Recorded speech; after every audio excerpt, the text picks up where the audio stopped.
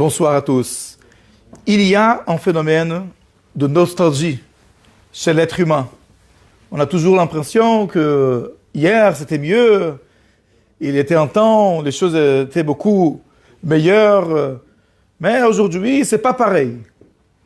Donc ce sentiment-là, qui est légitime, qui est naturel en tout état de cause, il peut avoir un effet néfaste de faire la personne s'abstenir d'agir en disant à l'époque c'était bien, aujourd'hui qu'est-ce qu'on peut faire? On n'a plus du tout les mêmes ressources, on n'a plus du tout les mêmes avantages qui existaient dans les générations précédentes. Et donc on fait rien.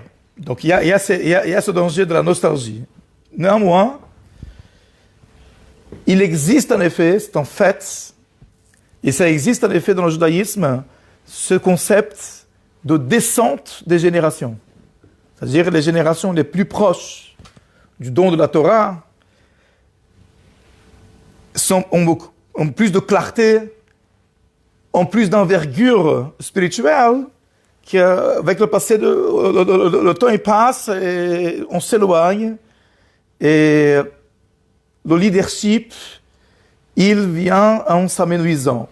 Globalement parlant, de manière générale, on sait que voilà, les décisionnaires ne vont pas diverger des Rishonim, des premiers commentateurs du Talmud.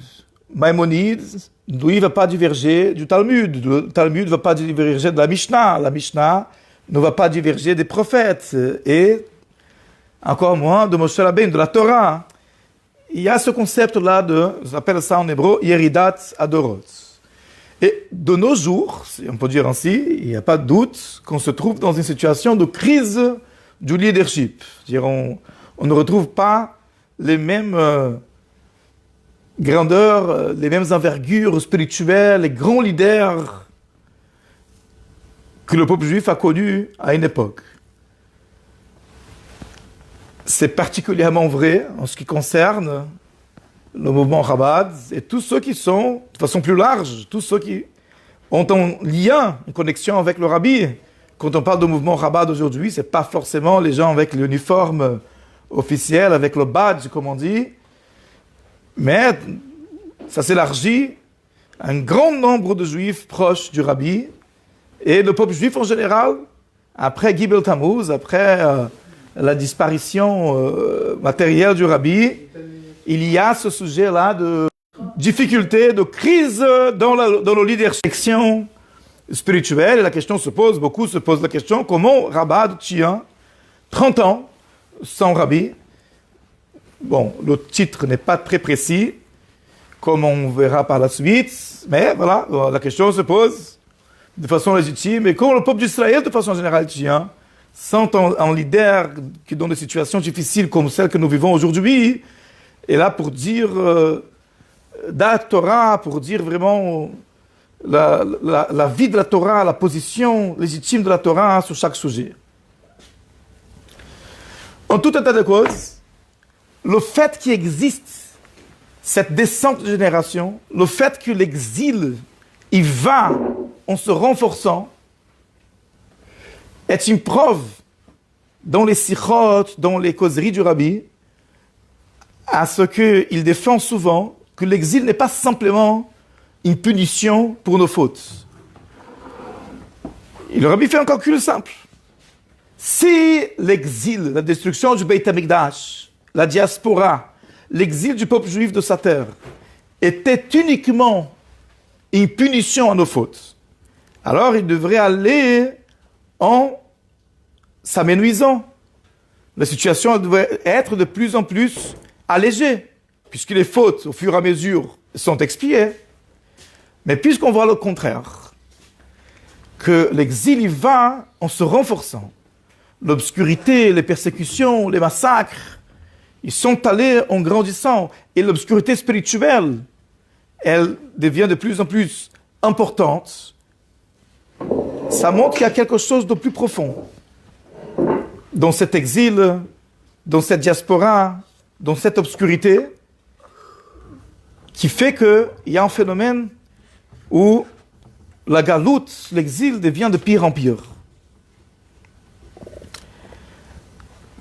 Et en effet, si on parle du Rabbi, il y a quelque chose d'étonnant, d'époustouflant.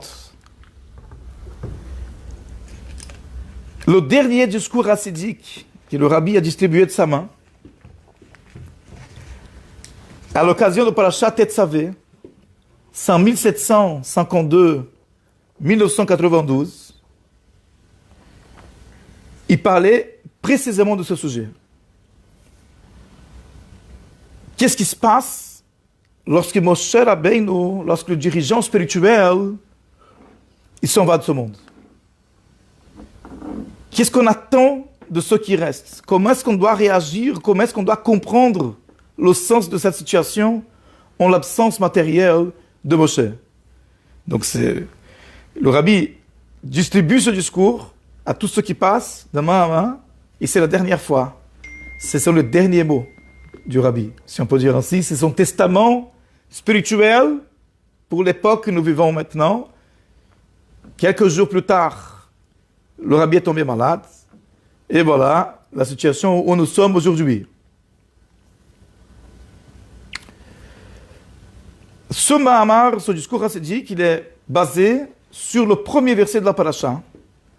C'est un verset qui a suscité des montagnes de difficultés et des questions des commentateurs, plusieurs pages de commentaires quand on regarde le Rumash, le gros Rumash avec les commentaires. Ce verset-là, il y a un déchaînement de commentateurs qui posent une série de questions. Notamment, on peut parler de 4 questions principales. Rabbi Yitzhak Abrabanel pose la question. Le verset, il dit: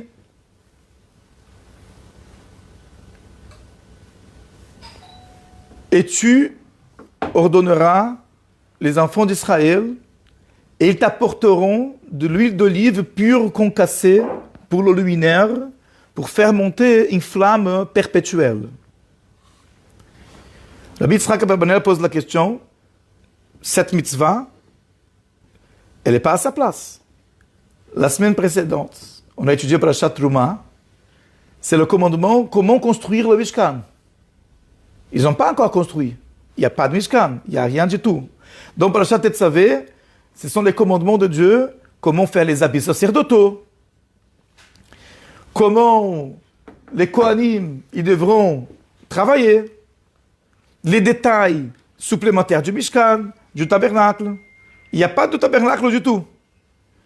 Pourquoi d'un coup ici, Hachem dit à Moshe de ordonner le peuple qu'il leur apporte l'huile d'olive pour allumer la menorah? Il n'y a pas de menorah. C'est comme si on va construire la maison encore et on s'inquiète qu'est-ce qu'on va manger au dîner. Mais il n'y a pas encore de maison.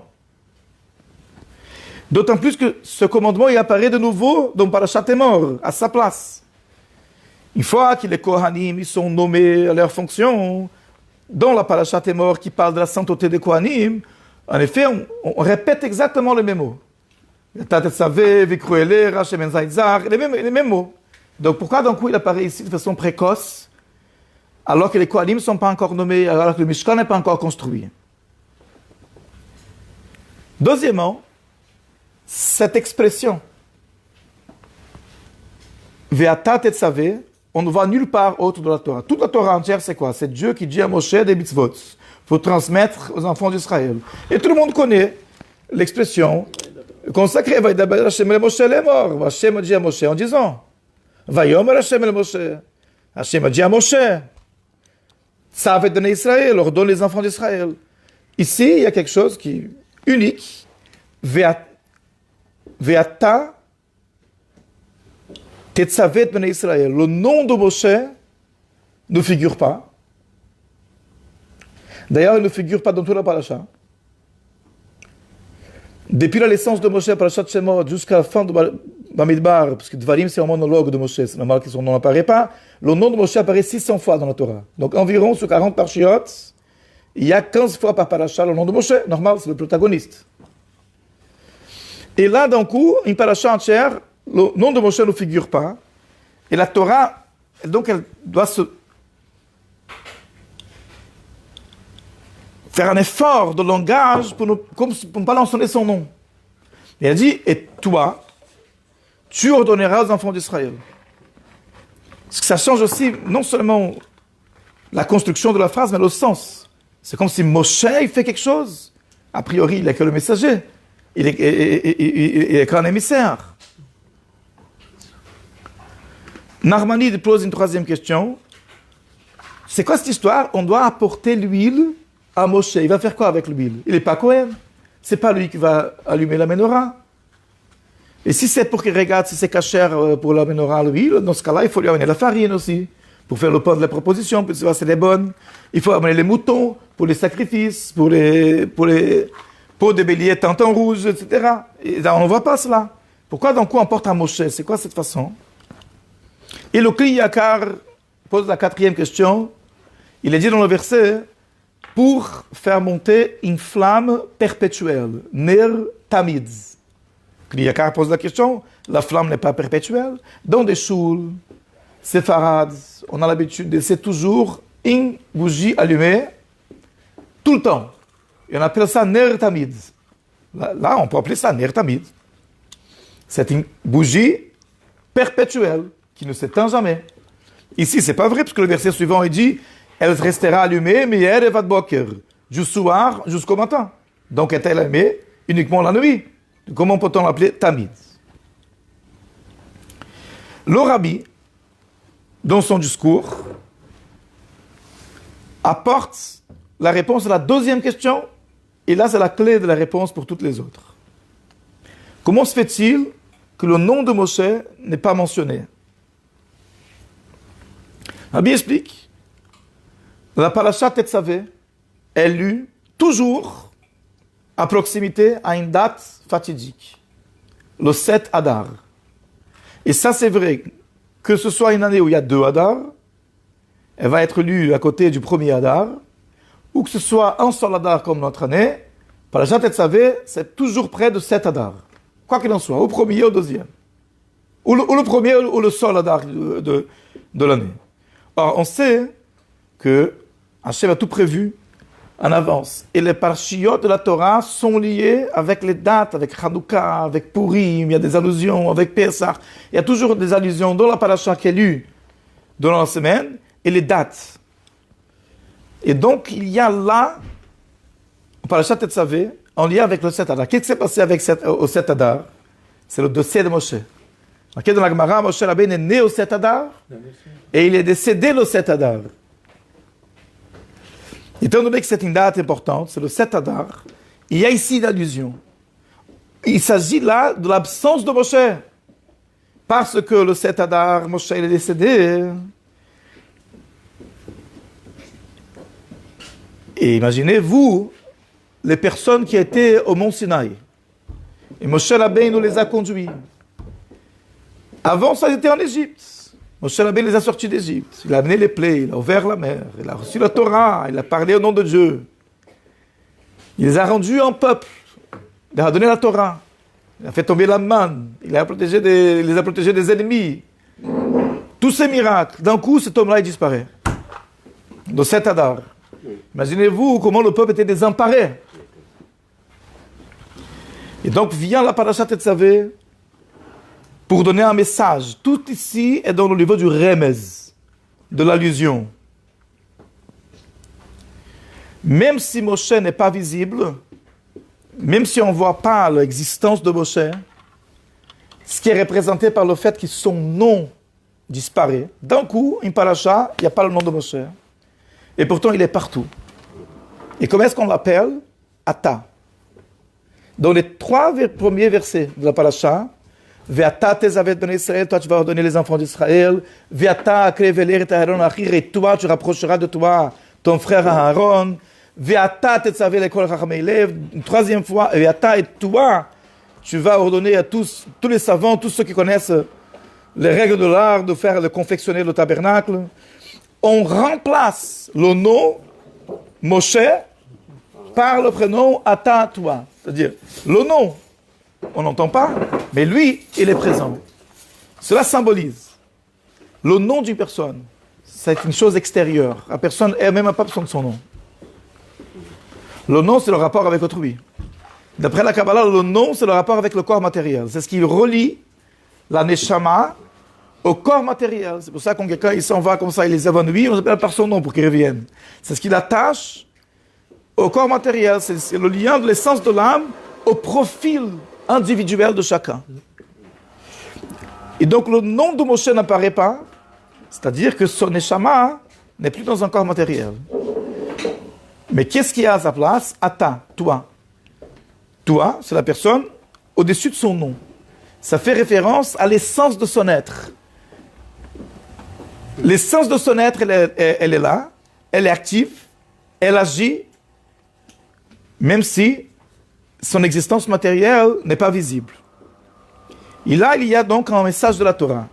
Même après le 7 Adar, qui c'est lié avec la Parashat Tetzavé.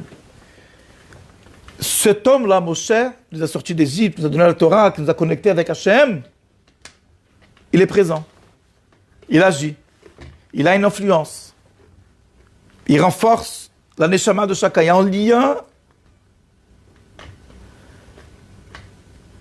viscéral, biologique, ombilical entre la neshama de Moshe et la neshama de chaque juif.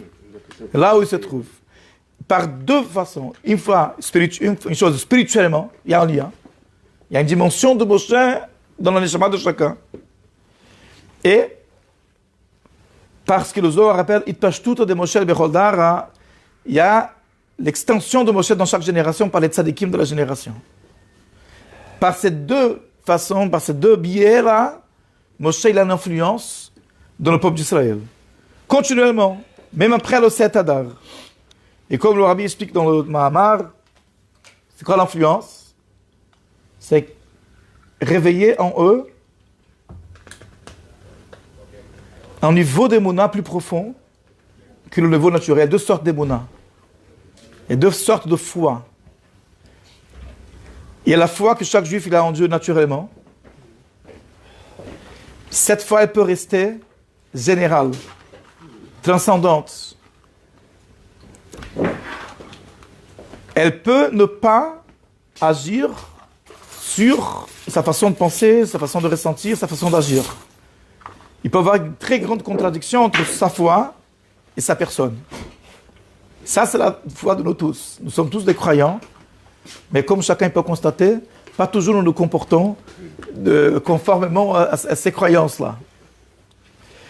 Il y a une deuxième sorte de foi, plus profonde, qui tient de l'essence de l'âme de chaque juif et qui n'est jamais en contradiction avec ses facultés rationnelles, avec tous les recoins, tous les aspects de son existence. Étant donné que c'est l'essence même de son âme, elle se propage, elle imprègne, lorsqu'elle est en éveil, elle imprègne tous les aspects de sa personnalité, y compris ses actions, ses pensées, sa façon de réagir. Donc, Moshe Rabbeinu, il est capable de faire éveiller en chacun cette émouna, cette foi de l'essence de l'âme qui va imprégner sa personnalité et l'aider à surmonter les difficultés de l'exil. Ça, c'est l'explication de l'absence de nom de Moshe dans la Parashat Tetzavé, de remplacement par le terme Ve'ata. Il n'y a pas Moshe, mais il y a Ata, il est toujours là. Et la première question qu'on a posée aussi, pourquoi cet verset apparaît ici? Il va apparaître par la Parashat Emor, plus loin, quand les Kohanim déjà, ils ont reçu leur fonction. Sa place, dans le sens du Pshat, c'est un Parashat Emor. Pourquoi il apparaît ici, pas à sa place? C'est pour une allusion. C'est une référence au 7 Adar, qui est lorsque la Parasha elle est lue. Et c'est pourquoi le sens de ce mot Ve'ata tetzavé, c'est toi, Moshe, tu as une action sur le Neshamot Israël. Le mot tetzavé, ordonné, peut être interprété connecté, du mot tzevet, en hébreu, une équipe.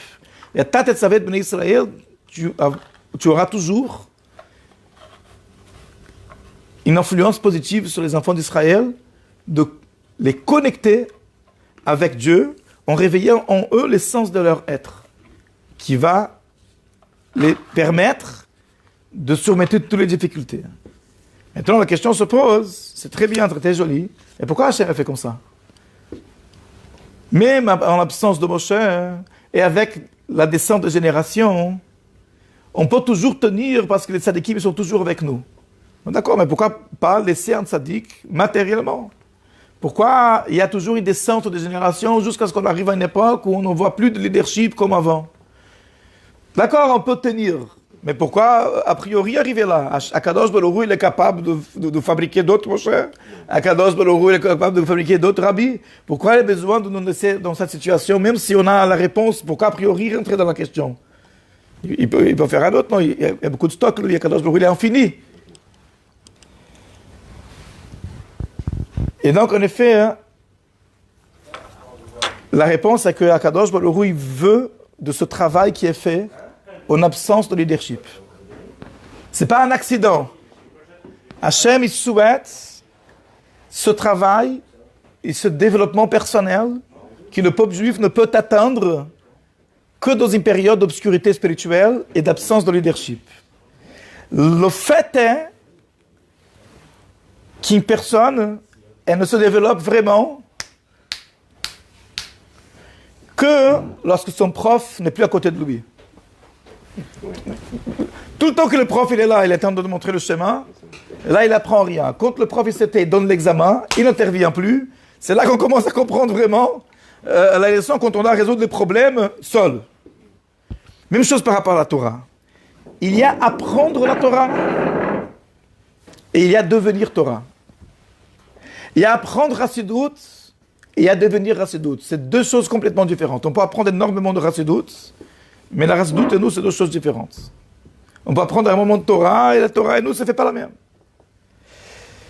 Et la vérité, c'est que la personne ne se développe que quand elle se retrouve seule et elle doit prendre une décision. Quand une personne doit prendre des décisions de son propre chef, c'est là qu'elle peut transformer son existence. Et Moshe Rabbeinu, c'est le premier à savoir ça. Comment on sait? Quand il est descendu avec les deuxièmes tables, son visage rayonnait, au point qu'il devrait se cacher avec un voile. Et pourquoi que les deuxièmes tables? Pourquoi pas les premières? Les premières tables étaient plus élevées que les deuxièmes. C'était les pierres qui sont sorties de la saphir qui était sous le trône de Dieu. La Torah, à cause Dieu, son trône, c'est sur un parterre de saphir. Hachem, il a pris de cette saphir-là, il a fait des tables et a donné à Moshe Rabbeinu de sa main. C'est lui qui a gravé Dieu, qui a gravé sa main. C'est des tables qui ont une sainteté. Les deuxièmes tables, c'est Moshe Rabbeinu a trouvé de la saphir tout seul, et il a martelé dans la saphir les lettres. Elles sont inférieures. Comment se fait-il qu'avec les premières tables, il n'y a pas ce rayonnement du visage de Moshe? Et dans la deuxième table, justement, oui. L'explication, c'est la suivante. Les premières tables, Moshe était un disciple. Il était un élève. C'était un bon élève. Ça, on ne peut pas lui enlever. Mais il était un élève. Dieu, il était là, il lui donnait tout, et il prenait, il transmettait. Donc son visage ne rayonnait pas. Mais quand il est descendu du mont Sinaï, avec les premières tables, il a vu ce qu'il a vu. Et le peuple entend danser autour du veau d'or, entend faire les fous. Et il a débauché le carnaval. Le carnaval maintenant au Brésil. Ça me fait réfléchir. Et c'était déjà carnaval la première, la vertu. Carnaval, ouais. Quand Moshe Rabbeinu a vu ça, et là, Dieu n'a pas dit quoi faire. Et il devait prendre une décision. C'est lui qui a écrit d'ailleurs. Et la décision qu'il a prise, c'est de casser les tables de la loi que Dieu lui a donnée de sa main pour ne pas incriminer le peuple juif. Parce que c'était le contrat de mariage. C'était la loi qui les condamnait à mort parce qu'ils avaient fait le meurtre, l'idolâtrie, la débauche. Et donc, dans un instant, dans un moment de vérité, il devrait prendre des décisions et Hachem n'a pas dit quoi faire. Il était confronté à une difficulté. Il n'avait pas son moniteur qui était à côté de lui dire quoi faire. Qu'est-ce qu'il a fait? Il a pris la décision, je préfère le peuple d'Israël au détriment de la Torah. Je brise la Torah pour ne pas que le peuple juif soit exterminé. Quand il a pris cette décision d'Ahavat Israël, qu'il a compris que l'amour d'Hachem pour le peuple juif est plus profond que son attachement avec la Torah, cette décision qu'il a prise tout seul, de son propre initiative, quand Rashi dit dans le dernier commentaire de Rashi de la Torah, qui est une allusion à Ishal Korarash Shibarta, les derniers mots de Rashi sur la Torah, c'est « Félicitations que tu as brisé les tables ». Sur le dernier verset de la Torah qui dit toute la grandeur, tous les miracles qu'il a fait aux yeux de tout Israël. Cet acte-là d'amour du prochain, d'amour d'Israël, au-delà même de l'amour de la Torah. Puisqu'il a pris cette décision-là, il a brisé les tables. Quand il est revenu avec les deuxièmes tables, même si les deuxièmes tables étaient inférieures objectivement, mais lui, il est devenu une autre personne. Il avait pris une décision tout seul. Il était confronté à l'épreuve. Il a dû prendre ses propres décisions. Il a son visage rayonné, parce qu'il n'était plus un étudiant de la Torah. Il est devenu lui-même une existence de Torah. C'est ce qu'on attend de nous. En absence de Moshe Rabbeinu, en absence du Rabbi, ce n'est pas un accident. Comme le Rabbi exprimait de façon prophétique, ça, en donnant ce discours-là qui parlait de ce sujet, le dernier, avant de tomber malade, c'est parce qu'il donnait un message très clair. C'est à vous maintenant d'être confrontés aux difficultés et de prendre vos décisions selon les enseignements que vous avez reçus. Et c'est à ce moment-là que vous ne ferez pas qu'étudier Hassidut, vous deviendrez Hassidut. C'est vous-même maintenant le dirigeant. Il y a besoin de ça. Certes, on est aidé. Certes, il y a derrière, subliminalement,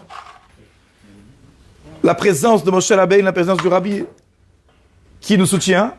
C'est pour ça que le titre du cours, il n'est pas exact. Comment on tient 30 ans sans le Rabbi, c'est pas exact, on ne tient pas vraiment sans le Rabbi. Mais c'est vrai que ce qu'on demande de nous aujourd'hui, et c'est pour ça qu'on se retrouve dans cette situation de crise de la dirigeance spirituelle, parce qu'on demande de nous de devenir Torah, nous-mêmes, de faire face aux défis. Et ça, c'est la conclusion du Mahamar. C'est la raison pour laquelle l'exil, il ne va pas en s'amenuisant. Au contraire, il va en se renforçant. Si c'était une simple punition, il devrait s'amenuiser de plus en plus, parce que les fautes qui ont provoqué l'exil, elles sont de plus en plus expiées. Non, c'est un test. C'est comme nos jeux vidéo, ça devient de plus en plus difficile. Et en réalité, si on va voir l'histoire du peuple d'Israël, le sens est toujours comme ça. On part d'une collectivité qui est liée avec la Torah, qui a bénéficié d'une grande révélation, et de plus en plus on descend, et le judaïsme devient individuel, et devient le choix de chacun, de faire, de ne pas faire. Personne ne l'oblige. Il n'y a personne qui le persécute. Il peut faire ce qu'il veut. Au début, on a reçu la Torah, on était tout un peuple, le peuple de Dieu, de façon évidente. Construction du Beth Amikdash. Après, à l'époque de Purim, on était confrontés à une épreuve, mais on avait Mordechai et Esther qui nous fédéraient. Après la destruction du Beth Amikdash, on était persécutés, on était éparpillés, on était dispersés. Donc de plus en plus, adhérer ou pas à la Torah, faire les mitzvot ou pas, c'est devenu un choix personnel. Il n'y a personne pour venir te contraindre. Jusqu'à notre génération, il n'y a même plus les persécutions qu'il y avait à l'époque, du communisme, du nazisme, des pogroms. Il n'y a pas que des philosémites dans le monde, c'est clair, mais on a quand même, on bénéficie, on jouit d'une liberté de religion, une liberté de pratique qu'on n'a jamais bénéficié. Et il y a une largesse matérielle aussi. Et ça, c'est l'épreuve la plus grande. Parce qu'aujourd'hui, il n'y a rien qui oblige un juif à faire Torah mitzvot. C'est son choix personnel. On se retrouve dans cette situation, ça c'est l'épreuve ultime, des derniers moments de l'exil. Donc, en espérant qu'on fasse notre mission et qu'on puisse allumer la menorah matériellement, très prochainement, avec la venue du Mashiach. Amen.